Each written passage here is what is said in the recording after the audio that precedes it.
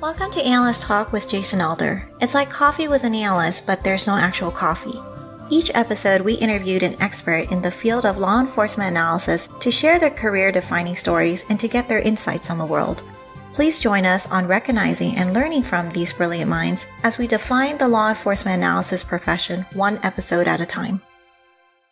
Thank you for joining me. I hope many aspects of your life are progressing. My name is Jason Elder, and today our guest has 13 years of law enforcement analysis experience. He's on his 8th year with Esri in the public safety team. He is a great manager, leader, instructor, and lecturer. And he's also coming to us from upstate New York. Please welcome Chris Delaney. Chris, how are we doing? Good. Hey, Jason. How you doing? Thanks for having me. I am well, and I'm going to get off topic right away because upstate New York, you are the perfect person for me to ask this question to, because this came up the other day in a conversation is why doesn't every state have upstate? Why does New York is the only one that it's upstate? Well, I mean, New York City is the greatest city in the world. So compared to New York City, everything else is just small potatoes. But we like our small potatoes in upstate New York. There is more to New York than just the city. And there's a lot to like in upstate New York, and particularly where I live in the Finger Lakes region. Nice. And you're in Rochester, right?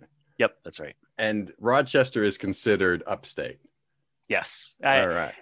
Basically anything north of West Point pretty much is upstate. I got you. In my research, I saw there's quite a debate about the definition of upstate. So I figured, hey, you're in the area. You got the mapping background. I figured you'd set me straight, and you surely did. So very good. So we got a lot to go over. We're obviously going to be talking about Esri a little bit today. But where I wanted to start is how you discovered the law enforcement analysis profession. Well, sure. It was actually probably quite by chance. As an undergraduate, I started at the Rochester Institute of Technology, my alma mater for international business. I found after a few classes that I didn't really care for that very much, but I took a business law class, and that got me really interested in law. And then I eventually changed my major to criminal justice. The plan was to become a lawyer. During my senior year, I got a chance to sign on to a graduate assistantship program on the Strategic Approaches to Community Safety Initiatives grant, which was a NIJ solicitation that was the predecessor to the Project Safe Neighborhoods grants. And it was to study homicide in the city of Rochester under my now mentor, Dr. John Clofus. So that was an opportunity to go to graduate school at RIT in public policy and do some really interesting work. So I decided to do that for a few years, see where that went. And then if law was still what I wanted to do, then go in that direction. But during that process, I had a lot of really interesting experiences. I had a chance to work specifically in the homicide unit, to work on characterizing, developing typologies and classifications for homicide events, and as part of a incident review process that's still probably used across a number of jurisdictions. And that eventually sort of rolled into being able to be pretty deeply involved in rolling out of the Rochester Police Department's ceasefire initiative. So ceasefire obviously derived from Boston, driven by, at the time, David Kennedy, who was at Harvard at the time, now John Jay. And that program that's oriented around focused deterrence models really continues to be one of the more intriguing evidence-based strategies that's available to law enforcement agencies and communities to address serious violence issues. So we had a lot of success implementing that, at least in a short term. And much of the work that we did out of both the incident reviews and the ceasefire process, it was sort of a natural evolution where we were looking at gang-related issues and their nexus to homicide and retaliatory violence, inter-gang disputes.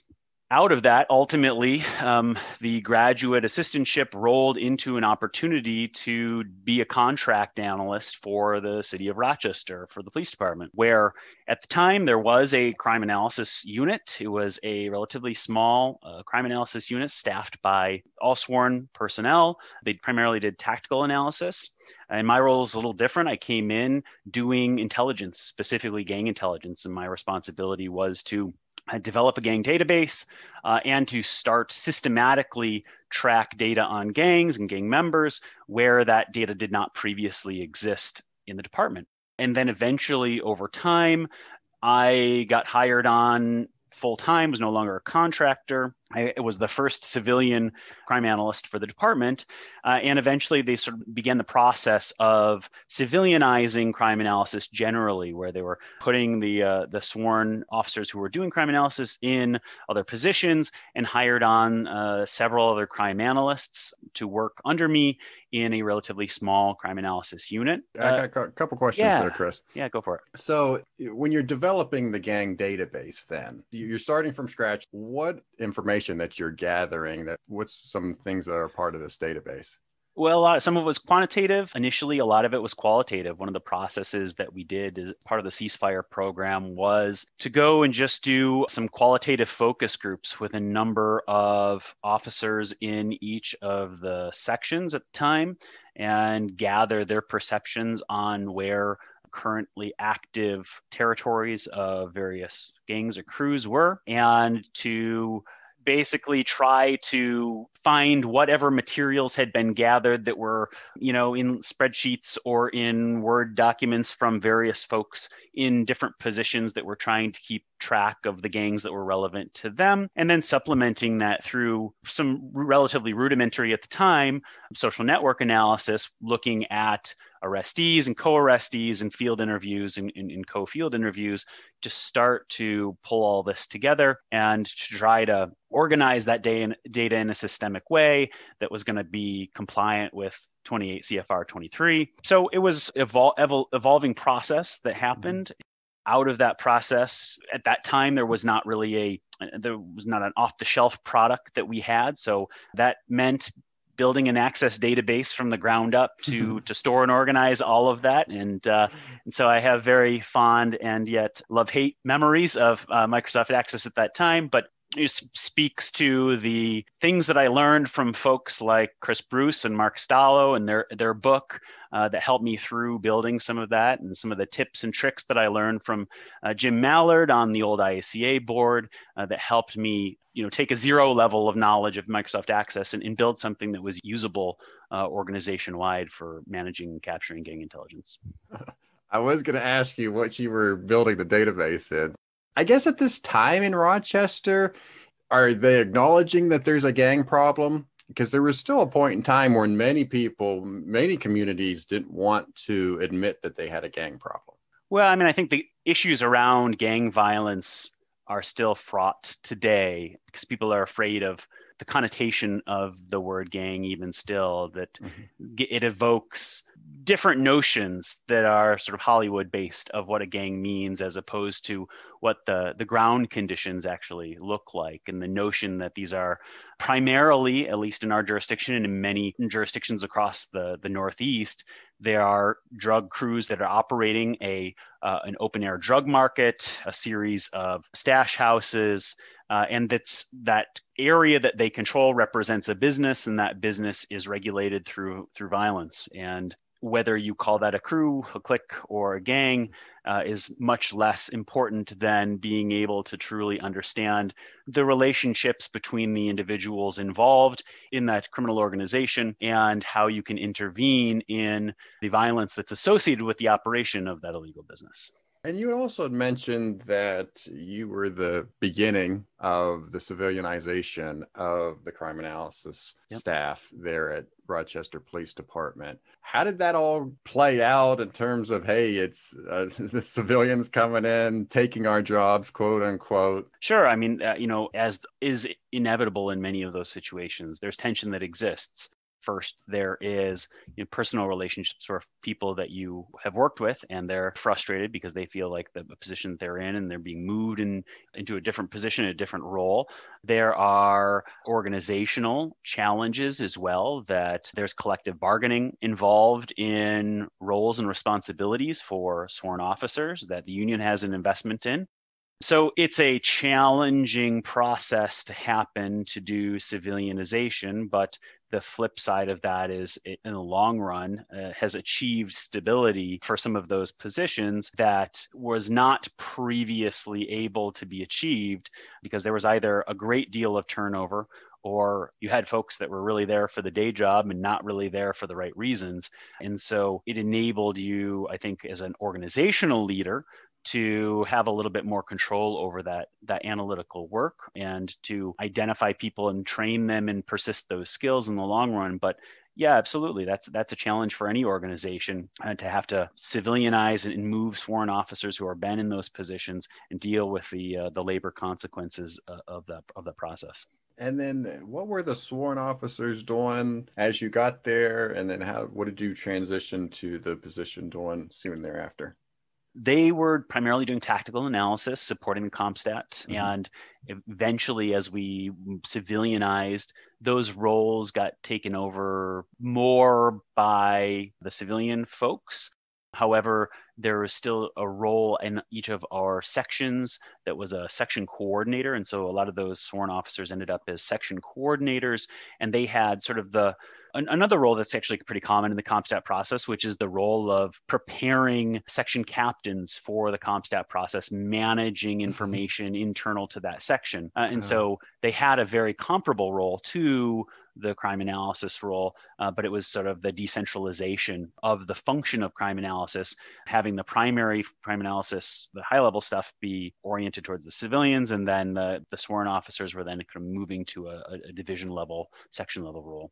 Yeah. So at this time, are they creating those binders? I know a lot of police departments did that, whereas this before intranets or internets really took off. And so the crime analysis unit was just printing out maps and chart and data to put into a 3-ring binder to then give to executives to review, to prepare for CompStat. Yep. Yeah, exactly. I mean, the process that still exists today in many in many organizations, that was definitely the situation that we found ourselves in. But then also, doing the standard tactical analysis kinds of stuff, the generation of crime pattern bulletins and hotspots and that type of thing. Yeah. So is the crime analysis, I think you said it was centralized, so you don't have analysts spread out to the various departments or even the districts. It's all centralized. At that time, we did not, and the department still does not today.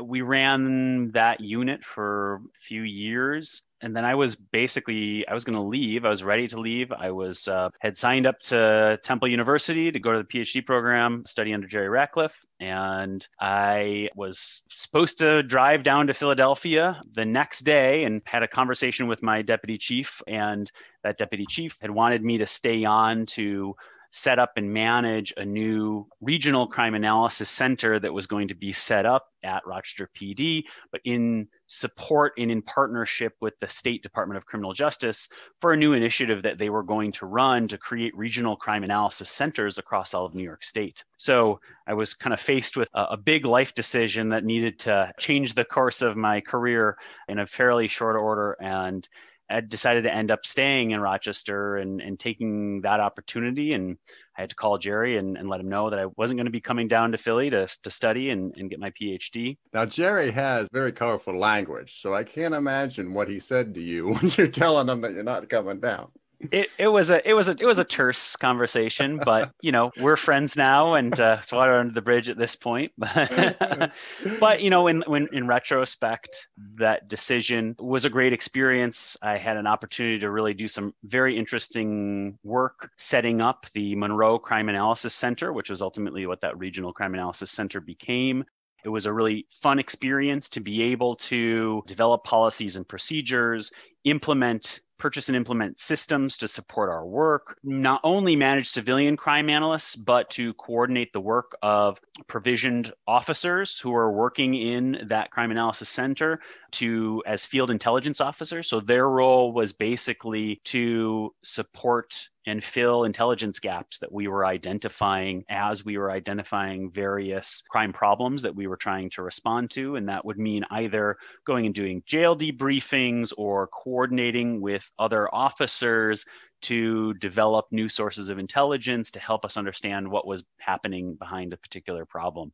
So it was a very fun time where everybody is sort of running and gunning and getting their head around this new experience, supporting not only the Rochester Police Department and the city of Rochester, but the surrounding county and all of the jurisdictions that support that county, whether it's town departments or whether it's the sheriff's department in that area. So it was really fun.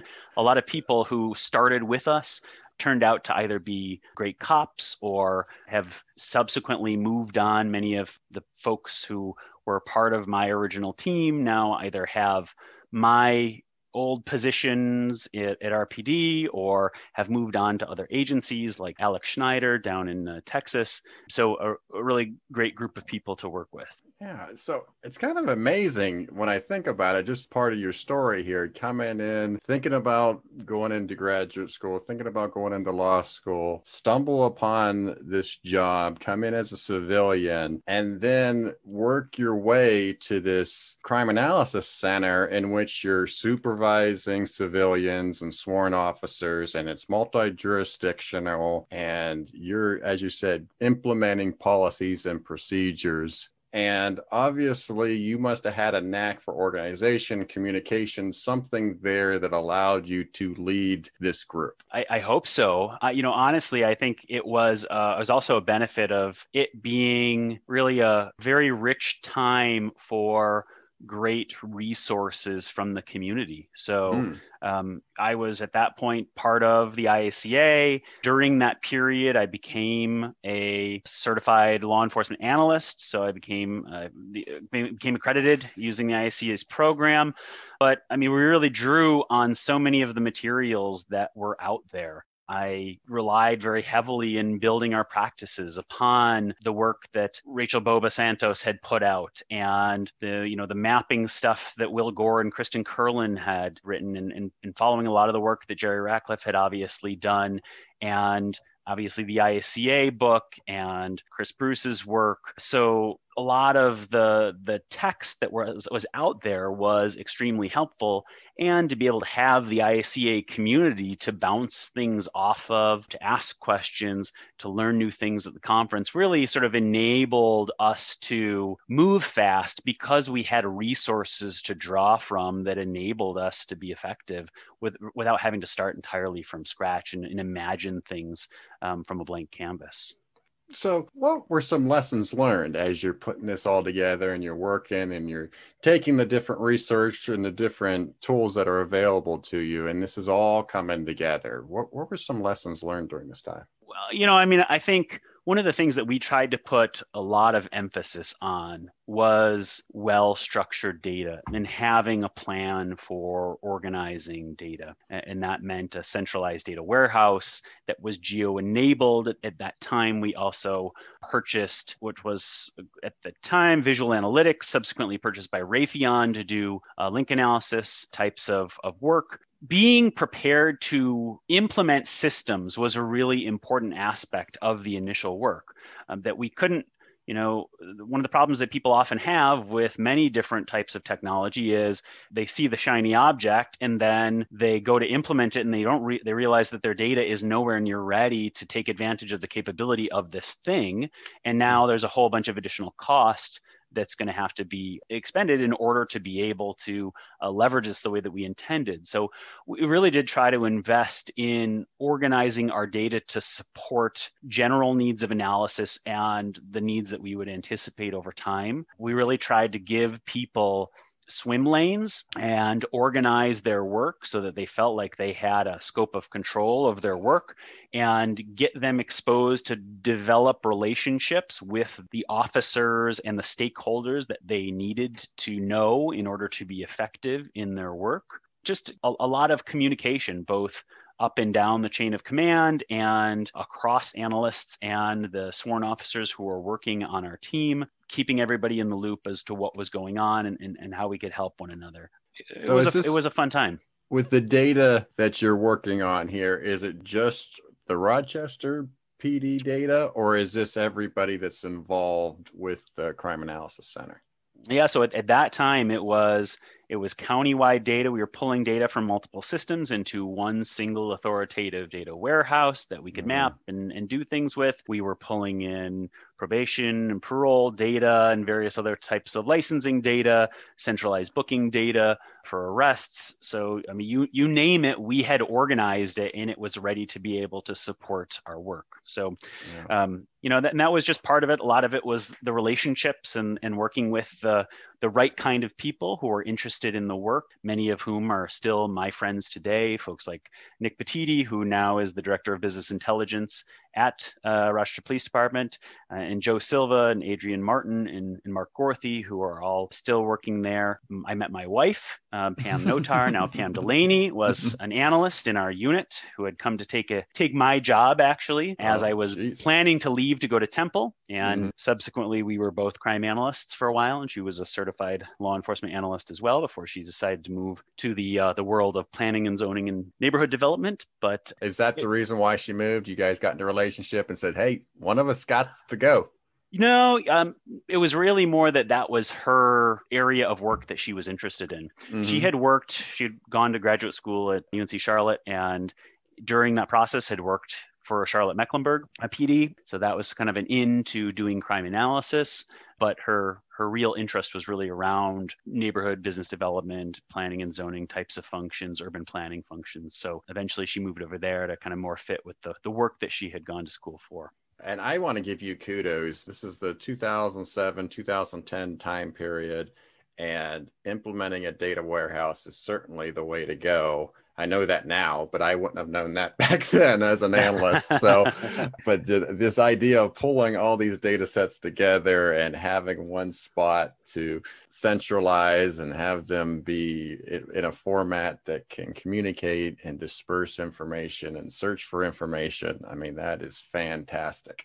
Well, and honestly, a lot of that came from listening to folks like Matt White, who was at Jacksonville Sheriff at the time, who had been kind of leading and evangelizing the way that you organize your data and really leveraging the work that they had done in very interesting ways. And so just trying to harness ideas that we saw other practitioners in the field trying to take advantage of and make the best use of. Yeah. Before we move on to you being the Director of Business Intelligence for Rochester Police Department, and I guess maybe it might even be a good segue as well. When I had Sally Rawlings on last year, I had asked her who her top 3 law enforcement analyst units were in the country. She listed Rochester in her top 3. And, and now you can kind of put on your hat, because I've known you travel with Esri and whatnot. What makes Rochester different? I can only speak for kind of my time there, but I think when we were there, I think what made us good is that, we had done a good job of organizing to support analysis. The analysts had tools that they needed to be able to work. And so therefore they were able to apply technology. We had good support from leadership, both at the municipal level and at the state level, where we're getting funding for analyst positions. The people we were able to hire good analysts who were thoughtful and not just thoughtful, but also interested in being good analysts. I think we were the first agency to have 3 certified law enforcement analysts working. So, folks who are interested in getting better, and that goes a long way, right? Because as a manager, you can only do so much. You have to be ensuring that your analysts are being able to be as effective as they possibly can. We had a really good run of some people who were able to do really good work, and we were able to put in a position to do really good work.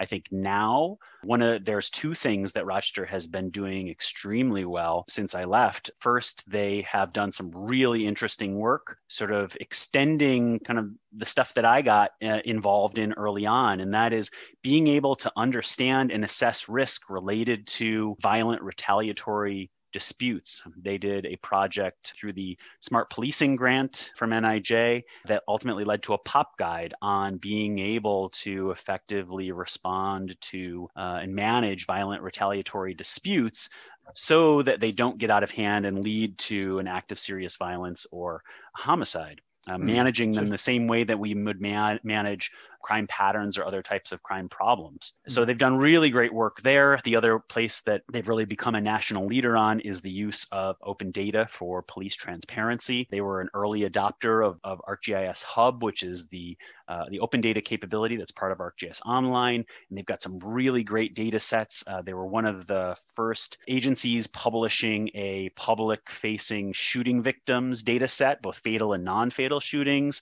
They've got all of their general orders up. They have all of their crime data up. They've got homicide victimization data, shooting victim data pursuant to the new New York State regulations. They now have disciplinary records for officers that are up and available. So they've done a really good job leading the way around policing transparency efforts in the department. And I think those are a couple of places where they're continuing to make a reputation as a progressive unit and set of analysts.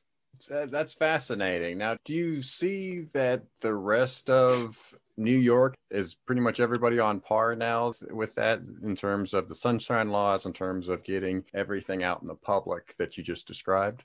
I mean, I think Rochester has been a leader. I think that, obviously the climate over the last year has necessitated that law enforcement agencies take a look at holistically how they are engaging with the communities that they're responsible for.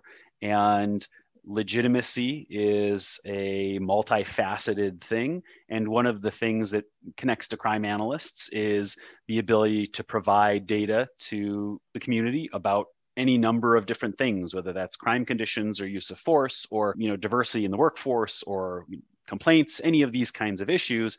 That's data that needs to be organized, that analysts often have a hand in, and for which there is a rapidly growing desire among organizations to proactively get in front of providing that data to their communities. So that was a big impetus for us at Esri. In the last 4 months, we've released a police transparency solution, which is essentially a turnkey set of websites, apps, maps, and layers that you can deploy. It's super easy to deploy. You can hydrate them with your agency's data to catalyze a public-facing website to share that kind of information to the public as part of a larger strategy around transparency, building community trust. Good stuff. I do want to get to that Esri bit, and we will in a second, but I do want to come back to your timeline here because I do find it interesting that you go on to be the director of business intelligence, and now you're taking that next step up. You're supervising analysts, you're supervising the crime analysis group here, but now you take this director of business intelligence position, and this gets into budgets and the business side of the police department, and you're bringing in research grants, and you're having a bigger footprint with the police department. Sure. So I was ready to, I was looking at some other opportunities that were out there, looking to do something a little bit bigger. And an opportunity opened up in another agency. And I brought that to my command staff and said, hey, I'm looking at this opportunity. I just want to let you know. And they had come back and said, we really don't want to lose you. And we would like you to be more involved. Would you consider coming up to become a director level position, which is, it's essentially a command staff level position that is civilian title. And we can put you up here. You'll be on the chief's floor and you'll have a role in a number of different projects. And so that was an exciting opportunity. Did they create that job? Yep, that's right. Okay. So I was forging basically a career path for myself in RPD, but that's been good because other people have been able to subsequently take advantage of creating that career path for analysts, which is exciting. Nice. But yeah, so that was a fun job. We had We were running a CompStat style process at that time, so I was coordinating that. I was responsible for creating and writing our strategic plans for crime reduction. I was doing all of the business intelligence functions that you would typically expect for an organization. I was responsible for writing research grants, that smart policing one I mentioned before. I was working really closely most years with the PIO to support any number of different public-facing information requests, whether that's information that the mayor or the city council is requesting, or satisfying FOIA stuff, or media-related stuff, annual reporting, all that kind of stuff. And then I was doing some technical stuff, so things like implementation of a pawn tracking system, of a new records management system, in organizing that kind of work, supporting analysis for the budget. So it was really a significant role because I was no longer at that point doing any tactical analysis. It was really entirely strategic and administrative analysis. But I think a lot of times administrative analysis gets a bad rap as being kind of like routine tasks that people have to do that don't actually mean anything. Well, that depends entirely whether you're in the room or not. If you're in the room, then administrative tasks are extremely important. And having an opportunity to work directly for the deputy chief of operations, being involved in budgetary meetings, going to city council meetings with the deputy chief of administration, helping prep the chief for various kinds of activities, those types of analysis take on much more significance and are increasingly important to what I think a lot of people's vision of a modern policing organization looks like. That is truly data-driven. You have to have an analyst at the table at that level to be able to support getting the information that those decision makers need to truly support their work in a data-driven way. Excellent. It's great to see a path for analysts and for you to work your way up to this role. I was talking with Richie Martinez a couple weeks ago, and I like to ask questions. Folks have been around decades. What's something that they're surprised by that law enforcement analysts haven't figured out yet?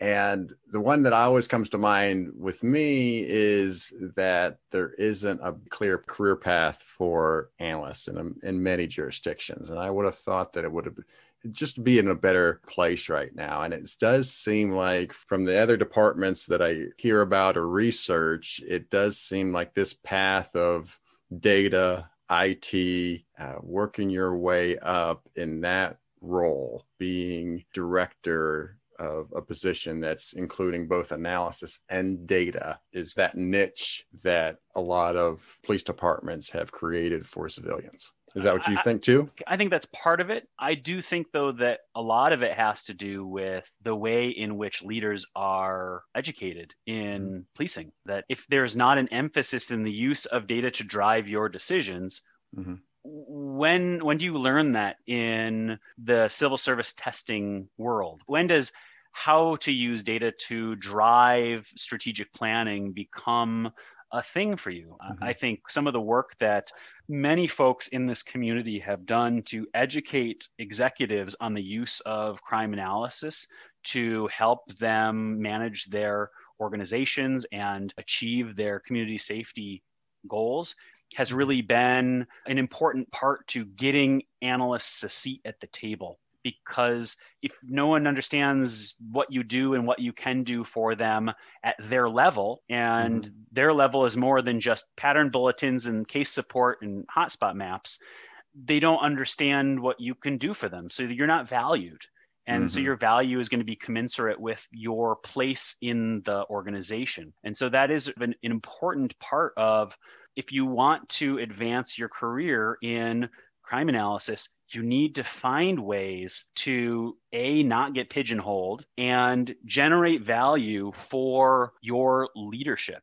And that may be leadership that maybe it's the next level of the chain of command above you, getting noticed and getting that person to understand that you can do something for them that's more than what they just understand you as in your role in the chain of command. As a civilian, yes, you are part of the chain of command, but you're not really part of the chain of command when it comes to your ability to serve customers in the organization. Your customers are everyone, and many of them don't know what you could do for them. And to build trust, you need to generate value. And in order to generate value, you have to give it a shot, right? You have to find ways to get in front of those people. And I think that's a big challenge for analysts to overcome, because they often, they feel like they're burdened by the chain of command. They're in a particular wheelhouse that they can't get out of, and they're supporting the people that they're supporting because that's who they have a relationship with, and they can't grow beyond that. So really trying to make relationships and then helping to those people to understand what you can do for them can really help drive your opportunities to have a seat at the table, which can then over time turn potentially into additional positional opportunities to grow your relative rank in the organization.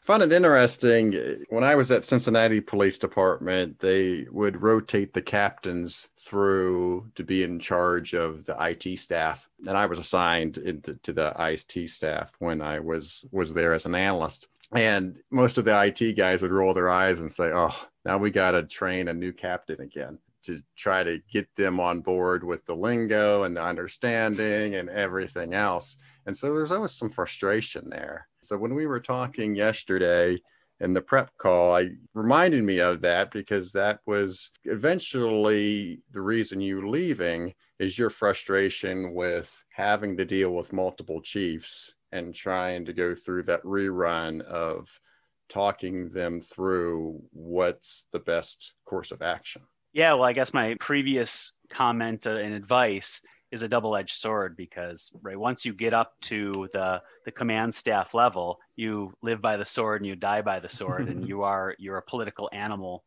one way or the other. And that's the truth. You're as strong as your relationships with the leaders at that time. And when you've got leaders for which you've got great trust in, and they understand what you can do, you can get a lot of, you can have exercise power and you can be influential. But when those leaders don't understand your role, there's a lot of work to build that trust and to re-educate. And in my particular position, we had gone through 4 chiefs in 6 years or something like that.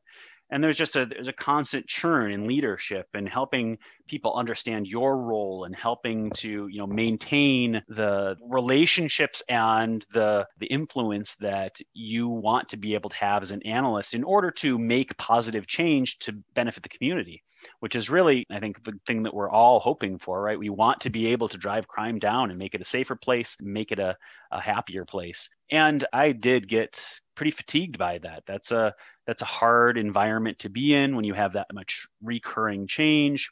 I wasn't necessarily looking for an opportunity to leave, but I had got a call one day from a friend of mine, a colleague from Redlands, Phil Melke, who was at the time the CIO of Redlands, but had been previously crime analyst, and who, like Sally, had been out to Rochester to do training for my analysts before, and had mentioned that he had recently gotten a job at Esri, and there was a job on the team that he was on that he thought would be a good fit, and he wanted to see if I'd be interested in that. And so let's stop right there. Let's take a break real quick, and we'll come back and we'll talk about your transition to Esri. We will talk about a little bit about the IACA. We'll talk about some of your personal interest, and we'll play the game Quick Queries. You're listening to Analyst Talk with Jason Elder. We'll be right back.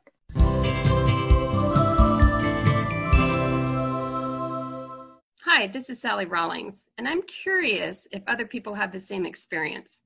You get on an airplane to travel somewhere, and the person sitting next to you says, "Oh, what do you do for a living?" And you say crime analysis, and they go, "Oh, I love CSI. I watch all the shows. I almost did it, but then I didn't." So then you debate, do I correct him or do I just roll with it? I've gotten to the point now I go, yeah, CSI is awesome. Hi, this is Stacy Belledin. As an aspiring crime analyst, I tried to find any training available to learn from classes, workshops, conferences, networking, you name it. If I could give one piece of advice, it is to invest in your future. I see many analysts sit out of training not to go to important conferences because their agency won't pay for it. And that happened to me too, but there's nothing that says you can't figure out how to get there on your own. Submit a presentation on your work, and you may find that some conferences will waive your registration. Buddy up in a hotel room to cut costs. Find local opportunities on online training where you don't have travel costs. Just like you budget for a vacation or a child's education, you should do the same for your continuing education. It's worth it.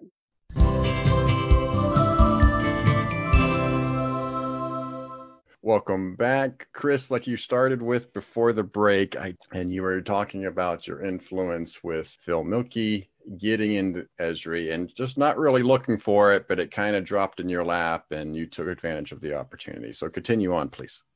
So yeah, I really wasn't looking to move to the private sector at that point, but I thought it would be a good opportunity to do some interviewing. And as I started moving through that process, as we were having a conversation with some of the Esri folks, it seemed like, hey, this might actually work. My wife is not interested in moving to California though, so I don't think this is going to be real. And, at some point they said, well, do you just want to work from Rochester? And I said, well, that might work. It's not possible. And so, it was, it was a very scary decision. You leave the comfort of your government pension and a job that really well, data really well, to do something that feels very, very different than the analysis work that I had been doing for my entire career. But it was the point in my life where I was ready to do something different and needed a change. It ended up working out. And I have now at Esri worked in kind of several different functions. I've worked in marketing functions. I've worked in global business development, which is what we call sales. And now where I work in building products, our law enforcement solutions. And it's really given me an experience of how Esri as a company can support our community, crime analysis, specifically the law enforcement community and the crime analysis community. The thing that what I was hoping to do with Esri, and that I think so far I've accomplished and feel pretty good about, is when you were working at the same agency and you feel like you're having to start anew as a new chief comes in, that you're not always making the progress that you want. The results of your work are not being realized in the way that you might hope. And so what I was hoping I could do at Esri is a chance to make change in a different way, to inspire what is possible through spatial analysis, through data-driven decision-making, to help law enforcement organizations be more effective with respect to their crime reduction strategies. And I think that has been really one of the most satisfying parts of this job at Esri, is inspiring the art of the possible for organizations and seeing them do really great work. I just really enjoy the analysts that I get to meet and work with, whether it's at conferences doing workshops or one-on-one engagements that I do. I think of folks like George Kikuchi at Philly PD, who's done such great work leveraging Esri technology to support their CompStat process, and folks who like Emily Blackburn and Lindsay Mayer in St. Louis PD, who have really did it themselves, and they showed what they could do with the technology. They saw that this could be useful for them to help do their analytical work better, and that led them to helping drive change and getting even a better stack of technology that the entire city needed. Or folks like up in Toronto, Ian Williams and Debbie Verduga, who have really set the standard in a lot of ways for open data websites, especially in Canada, where there's been a lot more reluctance to sharing of things like crime data. Mm-hmm. There's a number of different agencies that I've been really pleased to work with. It's really rewarding seeing people being able to accomplish their goals in more effective ways, leveraging the technology. It's not necessarily about Esri. It's about the analysts being able to do more with the technology that they have, so they don't feel hamstrung by, well, I would like to deliver information and content to my users in different ways, and I'd like to be able to meet all the different needs of this organization. One of the things that we talk about a lot is law enforcement agencies, until fairly recently, have been extremely behind the times with respect to how people make location contexted decisions. How long have you been using on your mobile device a GPS aware app that tells you where the best nearby restaurants are? Everyone in their personal lives uses location contexted data to make better decisions. And that process in law enforcement has been so slow to manifest. And it's particularly troubling when you look at a young police force who have grown up with smartphones and they're doing this stuff in their personal lives, and they could be doing it in their work life and being more proactive and being more productive, but the organizations haven't kept up. And so what I've really enjoyed working at Esri with about is the ability to help inspire change and growth in organizations to be able to leverage technology in smart ways that help drive analytical products and support data-driven decisions into law enforcement organizations to really empower the entire organization with a data-first approach. Yeah, I would think that one of the main concerns with access via a phone is security, right? And is it a city-delivered phone or is it a personal phone that the officers or analysts will be using? Yeah, I mean, I think there's a pretty clear standard for most organizations at this point. Most organizations are going to use provisioned organizational devices. They're going to be using a mobile device management system that's going to enable a VPN directly back to your network. And that's going to control end-to-end encryption and ensure that the things that are on that device stay on that device.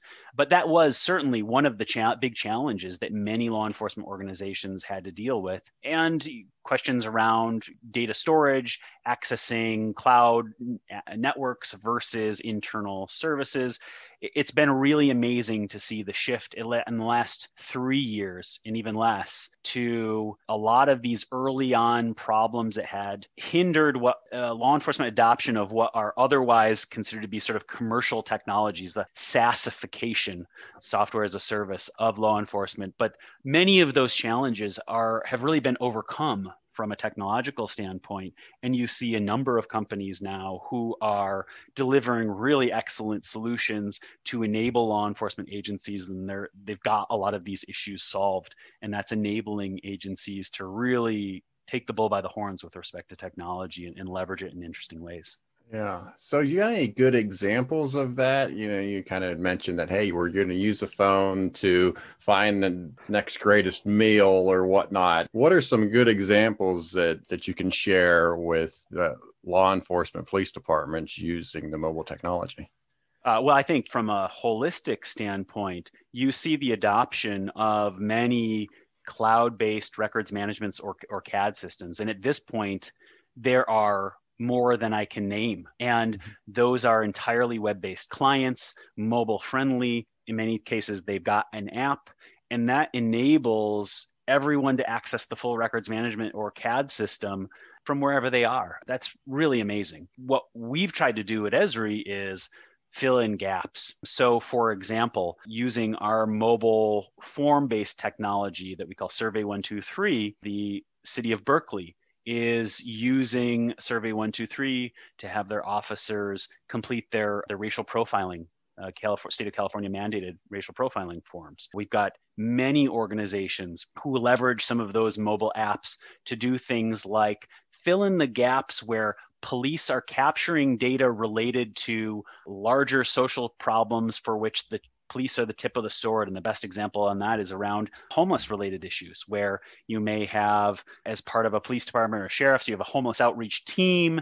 Mike Jones in San Bernardino County is a really great example of someone who's been leveraging this stuff really well in being able to use mobile apps to do things like capture locations and status of homeless encampments, to be able to capture interactions that are had with homeless individuals, and then to coordinate the sharing of that information with service providers to help them prioritize how they are serving the homeless population of an area, especially when that population is often transient and is moving in and out of jurisdictions and across service provider boundaries. So a lot of those kinds of workflows where it's a workflow and a data collection problem and a data management problem that is not easily and readily handled by an existing system of record, like a records management system or a CAD system, where organizations have been able to leverage the Esri configurable apps to fill in the gaps to support collaborative workflows. Another one, obviously before the COVID pandemic, that was a big issue that many law enforcement agencies had to deal with was around planning for special events. So there's obviously physical plans around special events, but then there are the police safety plans, there's road closures, there's staging sites, and we need to be able to get all that stuff organized. We need to share it with a bunch of different people who are involved in the planning and management of that special event. I was lucky enough to not this past Super Bowl, but the Super Bowl before that, I supported Miami-Dade County in their response for the Super Bowl. I was down in their EOC supporting some of their work. And it's just fascinating to see the number of different agencies, from federal agencies to county and local municipalities, across emergency management, fire, police, public works, who need to share the similar kind of information. Because all of that information ends up being geographic in nature, GIS and WebGIS in particular enables that information to pass seamlessly across all those users, regardless of the form that they need to consume it in. It needs to be a dashboard in the command center to be on the video wall. It needs to be in a mobile app for an officer who's working out on a foot post. Everybody can see the same version of the truth in whatever form makes sense for them, and they can relay information in real time. So that kind of collaboration, I think, really represents the best of what's possible. And one of the things that I'm really looking forward to in the next year or so is to be able to take those kinds of collaboration capabilities and apply them to thinking about and rethinking what it means to do modern crime control strategies, being inspired by things like Rachel and Roberto Boba-Santos's stratified policing model. And, I really like a lot of what Jerry Ratcliffe has written in his new book, Reducing Crime. I think there's a lot of lessons that can be learned from both of those models to re-envision what CompStat looks like and what a crime control strategy looks like, and accountability models for crime reduction strategies look like in policing, and ensure that the data that we need to collect to ensure that accountability is able to flow seamlessly from officer up to the chief and back down and even out to the public. So that's kind of one of the things that's on my list of things to do while I'm at Esri. It's amazing when I think back at when I first started using, ArcGIS 3.1, I think, or in the early 2000s. I mean, at that time, it was just a software. And now, based on your description, you can clearly tell that it's a solution from the top to the bottom. And it's amazing to me to think of how far the company's come in terms of developing, just not being a software company, but filling in the gaps and having various screens, various platforms, bringing the data together, as you mentioned, from different roles throughout the police department and even into the public. Yeah, I didn't really fully appreciate as a crime analyst the breadth of industries and sectors that Esri technology supports. I mean, you name it, there is someone using part of the ArcGIS platform to support that particular industry. And that provokes lots of really interesting conversations. But I try to generally stay in my swim lane, which is law enforcement. And, I think one of the things that Esri has done really well is to try to bring in people who understand the technology and understand the challenges in the workflows, have those people influence the application of that technology to the workflow. So at Esri, it's not just me who has a background in crime analysis. My main counterpart, John Beck, was a sheriff at Washoe County in Nevada. Stacy Belledin, who I personally took my first mapping class from at Fort Indiantown Gap a very long time ago on stone tablets with Derek Paulson. She was my instructor, and she's now the head of our public safety ed services team. Rad Sillick, who used to be at Jacksonville Sheriff, works at Esri on our professional services. Kurt Smith, who has been involved in IACA for a very long time, is on our professional services team, as is Betsy Lease, who used to work at the Delaware Valley Intelligence Center, and your former colleague at the Baltimore Washington HIDA, Kevin Armstrong, and others. So we've got a really rich bench who have experience working in law enforcement. And those are the folks that support all of the different interactions. What we all try collectively to do is represent the needs of the community. And so one of the things that we always say is, if there are things that you are looking for, you need help with, that is a key aspect of what we are here to do. We want to help you be able to leverage the technology to be more effective. If you're not able to use it to be more effective, it's not really doing you much good. So we want to help and are always glad to get on a call to walk through a problem or give you an idea on how to move forward with something that you're working on, because we feel like we're part of the community too, even though we're in the private sector. It's interesting. When I had Christopher Bruce on last year, he made the comment there was a point in time when he felt mapping was taking up too much of the role for the analyst, that the analyst was spending a lot of times either geocoding or creating the maps or creating the data on the map to report out. And now he'll see departments that, don't have GIS. It'll be centralized, or they'll be getting it from the RMS, or they'll be getting it from somewhere else. And now the analysts aren't doing anything like that in terms of geocoding or developing the maps. Yeah, I mean, it's a challenge. And I think it's a double-edged sword of technology that he's absolutely right. Too many analysts, even still, spend too much time manually geocoding, correcting, standardizing, organizing data. And that takes up too much of their day, and they don't have enough time to actually do real analysis. That is a big problem. And that data management part is not the analyst's problem, but they're stuck with it because data quality hasn't been a priority for many organizations. But the flip side of that is there's been easy button software that removes the analyst's awareness and understanding of how the mapping process happens, how the sausage of geocoding is created. And it's created, in my view, really in large part a generation of analysts who do not have the requisite skills necessary to be able to take data and spatially understand it outside of the constructs of the particular easy button software they work in. And that's a big problem, because not every piece of data, set of data that you need to work with to solve a problem is going to be in your easy button software. If you're limited, your analysis ability is limited by the data that's in the interface that you have, then the only set of tools that you can apply is within that set of interface. And even though I work for Esri, I will be glad to tell you that GIS is only one of many tools that an analyst needs to apply to solve problems. You need to be able to get data into GIS when spatial analysis makes sense. You need to be able to get it out of GIS and into other places when it makes sense. Analysts need to be facile with manipulating data and applying applicable analytical technologies. And it's been exciting to see the growth and the richness of new capabilities that exist. When you think about things like R and Python notebooks that really give analysts so many advanced tools. And then on the simple side, ArcGIS dashboards, Power BI, Power Automate, these kinds of capabilities. It's like thinking back to where I was as a crime analyst, with a little bit of creativity and work, you can create so many rich data management workflows and amazing end products that when I started, you really only had Microsoft Office to work with.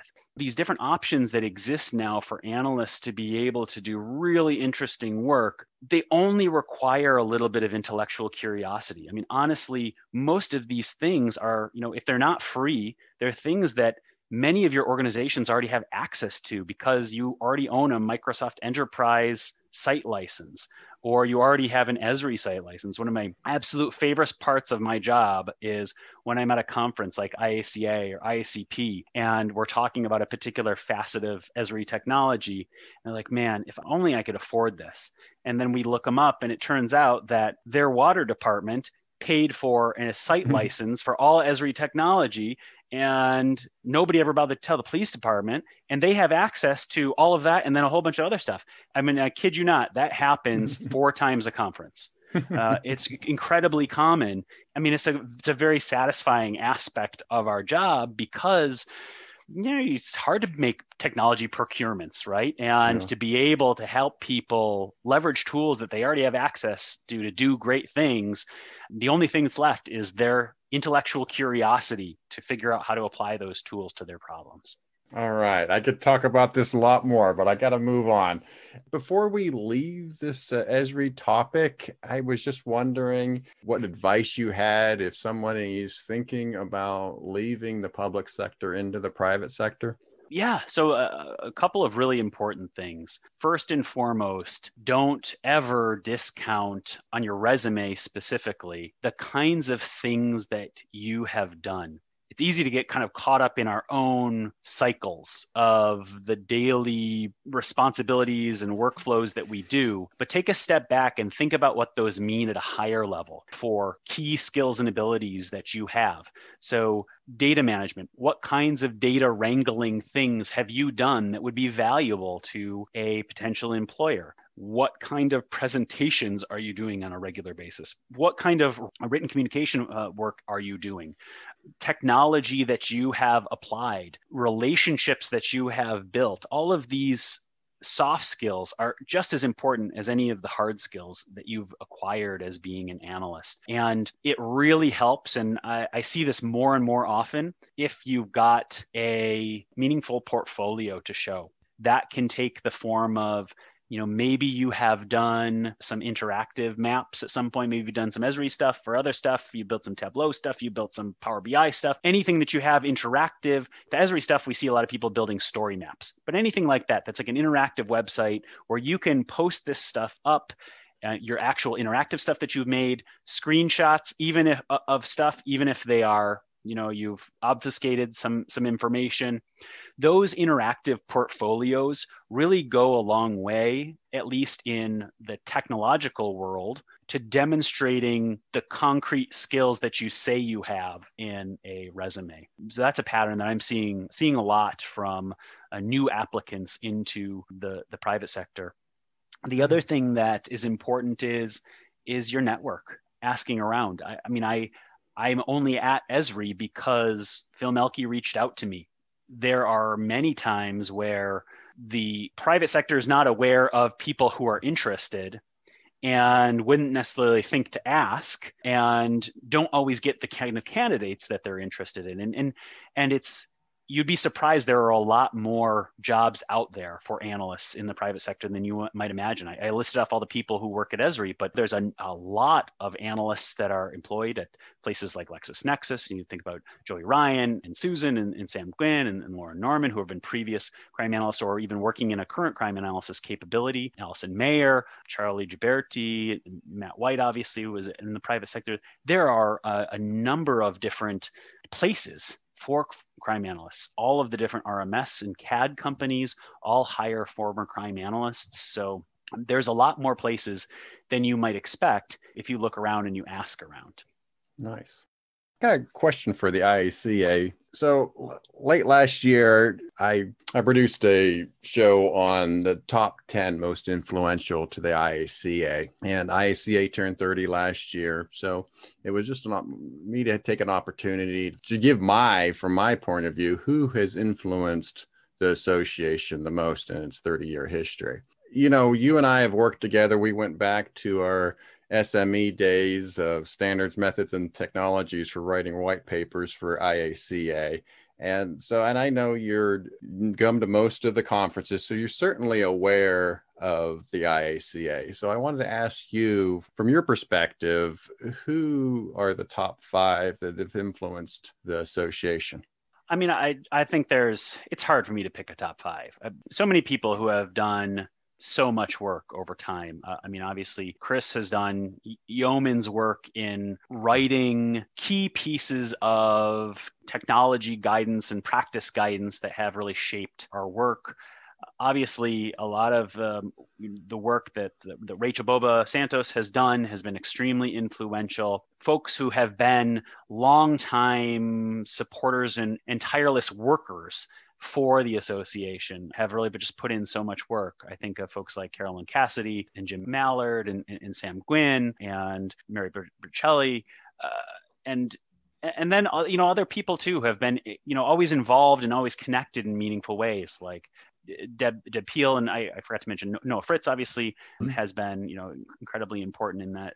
There's just been so many people who have really invested a lot of time and blood, sweat, and tears to the association. And I think that anybody who has benefited from that, like myself, feels a kinship to the association and to the advancement of the profession, and in a burden to sort of respect those contributions and try to make contributions where you can. And obviously, certainly you've done a ton of work for the IACA as well, and it really is a testament to a body of like-minded individuals who value the role that this profession plays in contributing to the professionalization of policing and to the improvement of societal safety in general. And I just have the utmost respect for all of the people who contribute their time to IACA, because it is a thankless and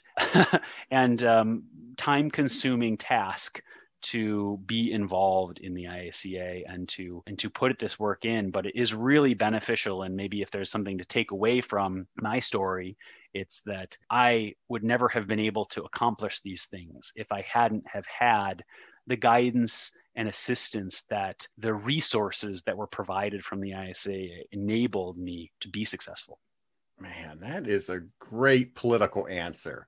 Man, I was hoping you would actually give me your top 5, and that's why I ask it, because it is tough. I mean, man, I put myself out there. I said Noah, Chris, Susan, Mark, and Steve Gottlieb were my top 5, and it was tough. I thought about it for a good month, trying to figure it out and trying to actually answer the question. And my top 5 quickly turned into my top 10. So that's what the show actually turned out to be. It was supposed to be a top 5, but then I was like, geez, I can't get it to 5 or with that, having some mentions. So it turned into a top 10. I was talking to Stacy Belledin yesterday, and she's like, he's going to ask you about your top 5, but don't worry about it. I didn't answer him straight either. She didn't either. But I did get a couple people that gave me their top 5, so it worked out for the show. But it's different. It's interesting to get different perspectives, and because there's so much, obviously, that I didn't know, especially when it was first being developed, 25, 30 years ago. So it's been interesting to just get different people's perspectives and who did what and how they influenced the association to get to where it is today. But thank you for your words, though. That was a very kind word. So, all right, let's move on now to some personal interests. And you and Pam are avid travelers. You told me that you've taken your 2 young children to Europe a couple of times, and that, to me, you should win some kind of award for that. But do you have a spot that maybe favorite spot of yours that's like off the beaten path or not something that people might think of? I mean, obviously there's Paris. That's on a lot of people's bucket list, but I was kind of looking for something where, okay, this is a destination that's not probably on a lot of people's bucket list, but is super awesome. We definitely like a lot of France. Traveled pretty extensively in France. A couple of years ago, spent a few weeks down in the Algarve, which is the southern coast of Portugal, in a town, Luz. That's actually where Madeleine McCann was kidnapped from, unfortunately. But we really loved it there. It's a beautiful place to take young kids. It's got great tidal pools for the kids to play in. It's otherwise sort of a very comfortable and safe environment. And that whole southern Portugal area is really nice. The first trip we ever took with our son Connor was when he was about 6 months old.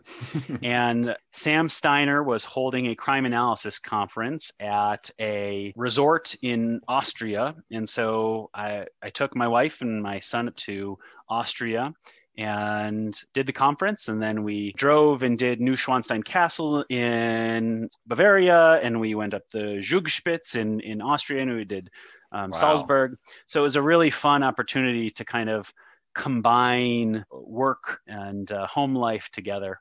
Interesting. We've been, before we had kids, we did a lot of really fun things. When there's just the 2 of us, we've done Thailand and Vietnam. And one of our favorite places is there's a little island that is on the southern coast of Vietnam that is sort of almost right next to Cambodia, and it's called Phu Quoc. And Phu Quoc it's a really little island. There's pepper farms everywhere, and we rented a moped and just cruised around this little island the whole time, and didn't know how to drive a moped, and that didn't seem to matter until, of course, we got into a very heavily dense market area, and of course, almost ran over every single person in that area. But no, yeah, we have really been fortunate to travel a lot of places. Been very fortunate to travel a lot of places for work with Esri. John and I have done Interpol General Assembly in a lot of different places. We were in Santiago, Chile, actually in 2019, right before all of the riots started. That was where Interpol General Assembly was that year. And before that, we were in Bali for the Interpol General Assembly the year before. And we had a chance a few years ago to go when it was in Rwanda. After we went to work the conference, we drove out of Kigali to Akagera National Park and did a safari up there. Had a chance to do, conferences in obviously Austria and Milan and Monaco, Singapore. Chance to the famous hotel, the Marina Bay Sands in Singapore, that has the pool, that's infinity pool that looks out onto the harbor. So we've been really fortunate to do a lot of cool travel, both from a work perspective and from a home life perspective. So it's been a little sad to be stuck at home for so long. Yeah, we'll get out again. It'll someday, but hopefully we'll all see each other at in Las Vegas this August for the conference. Yeah, you're right. Hopefully we get there. So you are from New York and you are a football fan. So I wanted to ask you, you're a Buffalo Bills fan. And so they had a great football season this year and made the playoffs for the first time. What was it, since 1995? Since I was in high school. Yeah, so you went through losing 4 Super Bowls in a row in the early 90s to going on a huge drought of not even making the playoffs. So how did that feel this year? It was bittersweet. I'm a huge Bills fan, and part of being a Bills fan, it's bred into your regional culture. So we've been so used to losing for so long that part of being a Bills fan is the tailgating experience and being around everyone in the environment of going to a Bills game.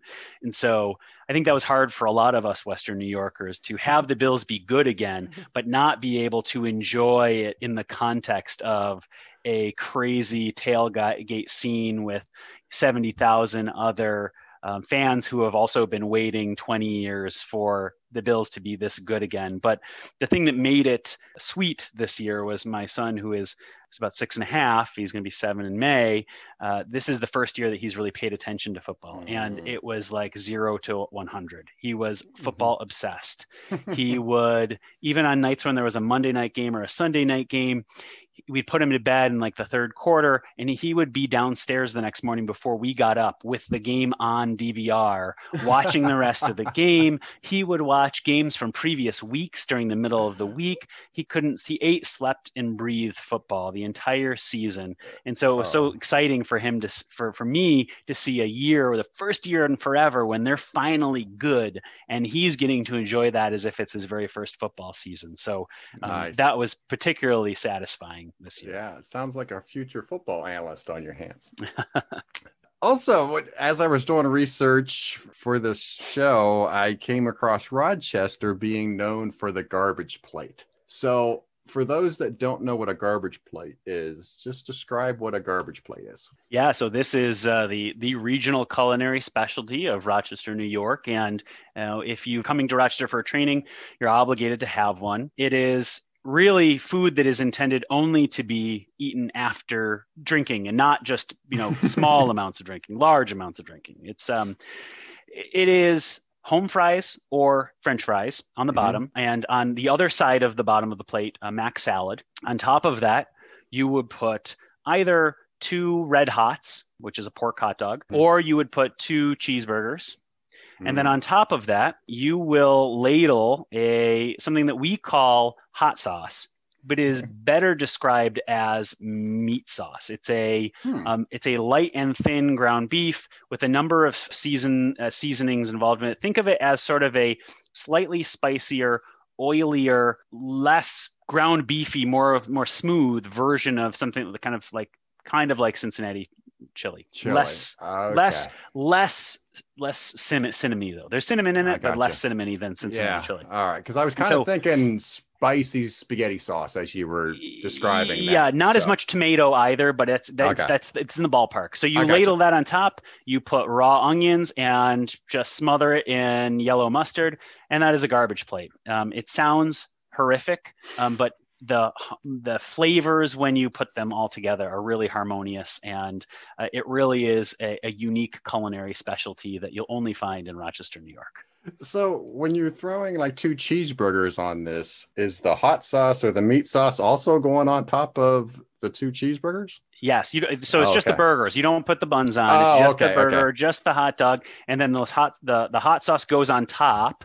And then on top of the hot sauce is the raw onions and the the yellow mustard. There's a very specific process. I got you. So this is a fork. you need a fork to get this thing done, right? You need a fork, and if you are especially lucky to be able to enjoy it at one of the traditional establishments at the traditional time period, which is typically 2:15 a.m., you will also be treated to 2 slices of day-old Italian bread with 2 slabs of butter on it. That's usually the extra side that you have in case the carbs that are part of the garbage plate aren't enough for you.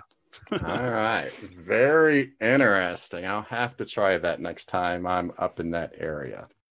All right. Well, our last segment to the show is we're going to do quick queries. I haven't done this with a guest in quite a long time. And so this is just a segment with rapid fire questions. So I am going to give you a choice in the question. It's going to be either A or B. And you're just going to quickly say either A or B, whichever one you prefer. Okay. So the first 10 are going to be, which ones you prefer. The second 10 is you're going to tell me which one's worse out of the 2 choices. Okay. So, and we're just going to rapidly go through these as fast as possible. So I need is just not much explanation, just one or the other. Okay. Gotcha. All right. So here we go. So you're at the movies. Do you choose candy or popcorn? Popcorn. Cats or dogs? Oh, dogs. Hotspot maps, aka chloroplast, should always use the shade of red. Fact or fiction? Fiction. Cupcakes or donuts? Definitely donuts. Do you have a road map in the glove compartment of your car? No. I have an app for that. Is it better to be too early or too late? Too early by far. Toilet paper, under or over? Over. Yay or nay, the Buffalo Bills prohibiting the Bills Mafia from breaking tables during tailgating? Oh, big time nay. That is not cool. Have you ever broke a table at a tailgating? At a tailgate, no. Have I? Yes. Okay. Is a hot dog a sandwich? Yes. Is it wrong for vegetarians to eat animal crackers? No. Yeah.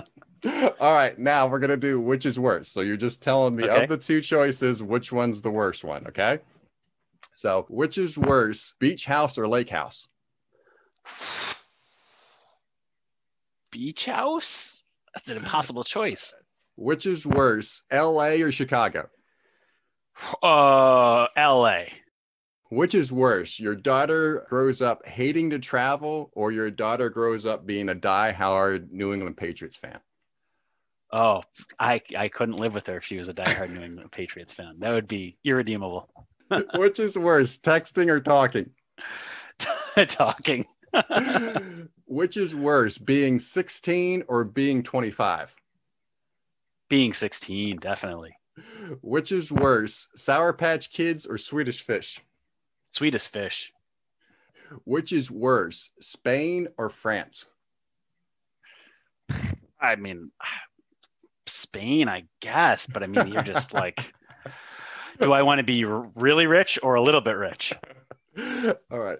Which is worse, on a map, not having a scale bar or not having a north arrow? Neither are important. Which is worse, traveling with two small children to Antarctica or to the Sahara Desert? Well, my children are used to the snow, so probably the Sahara Desert. Okay. And then last one, which is worse, not being recognized for your work or everybody knowing that you made a data error? Not being recognized for your work. Errors pass. All right. Very good. Well, you survived quick queries, and now it's time for words to the world. And this is the last segment where I give the guest the last word. You can promote any idea that you want to. Chris, what are your words to the world?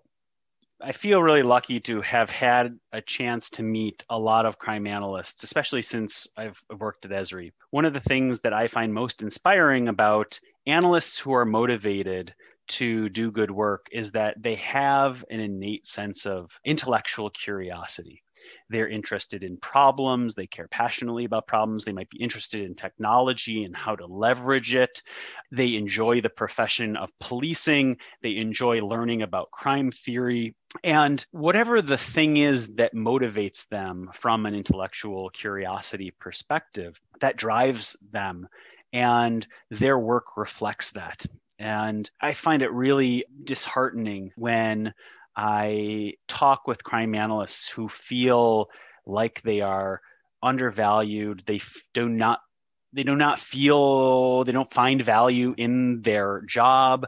They're unmotivated. They don't feel respected. And I think that in a world where you're a civilian and your role isn't always very clear, you have to find ways to make yourself happy. There are really great things about the field of crime analysis. Even if the political world of your organization, may not give you the career satisfaction that you're looking for in terms of getting, being appreciated for your work, there's always intellectual curiosity to fall back on, to be able to learn new things, especially with respect to technology, and not being afraid to try new things. There's so many times where I've seen an analyst just play around and it really wasn't that big of a deal. Maybe they flirted with building a different kind of product, or they made a dashboard for the first time, or they made a simple story map that told about an investigation that was done, and they presented it to someone who was higher up the chain of command, and that thing blew that person's mind. Wow, you can do this? This is so great.